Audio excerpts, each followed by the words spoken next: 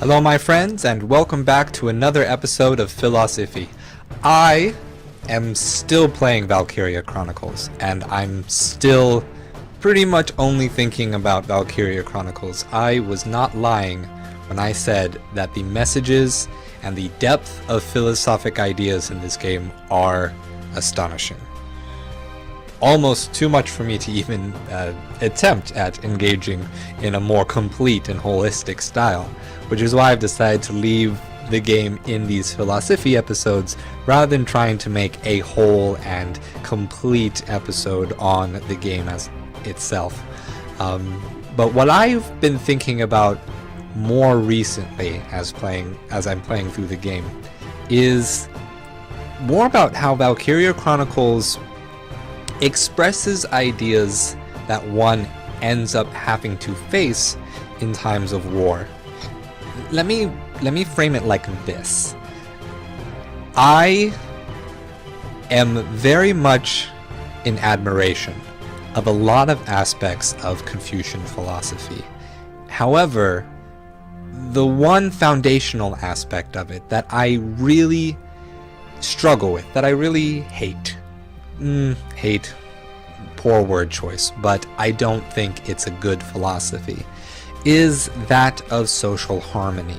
The idea of order, and trying to put order not only in society, but in your interpersonal relationships, merely for the sake of having orderliness.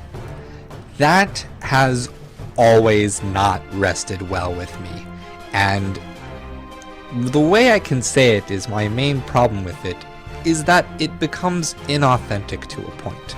Pleasantries and social procedure and all that are nice, but only if you can have a belief in the foundational truth behind why one does that, that they have a genuine interest, goodwill for people around them, and that is why they choose to engage each other in a nice and pleasant way.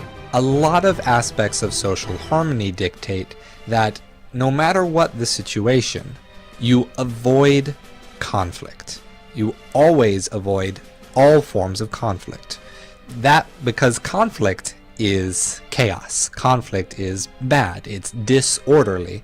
And disorder is the route to being unethical. Disorder is bad.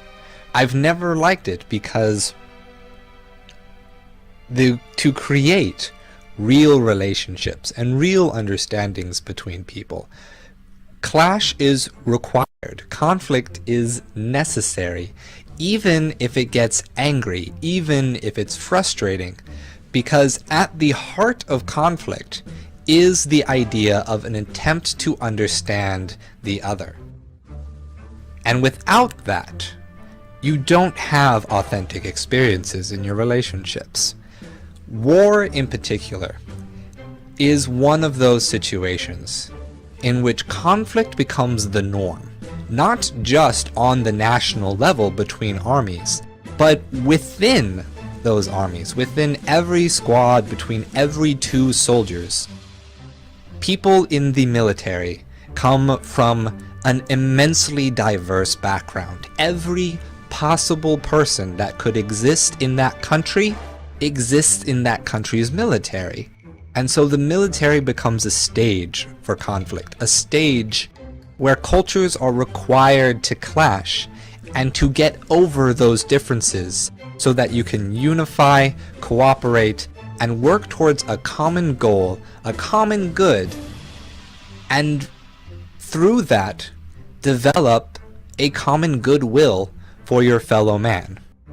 The military comes under scrutiny, and it's important that it does, because power is inherently dangerous and inherently necessary. But when it becomes the stage of conflict in an interpersonal way, not only between soldiers of a similar location, but between soldiers of different armies, and the cultures that always are uprooted, moved, and reconstituted somewhere else from war, creates that better understanding between people.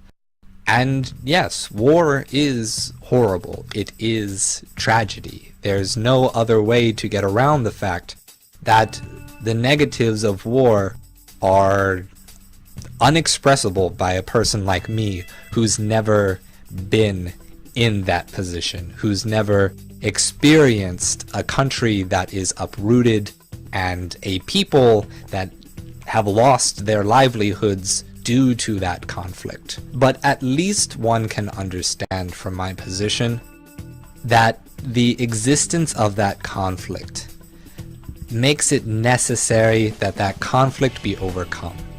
And if it isn't, then the conflict only continues. And out of that, you get authentic understanding.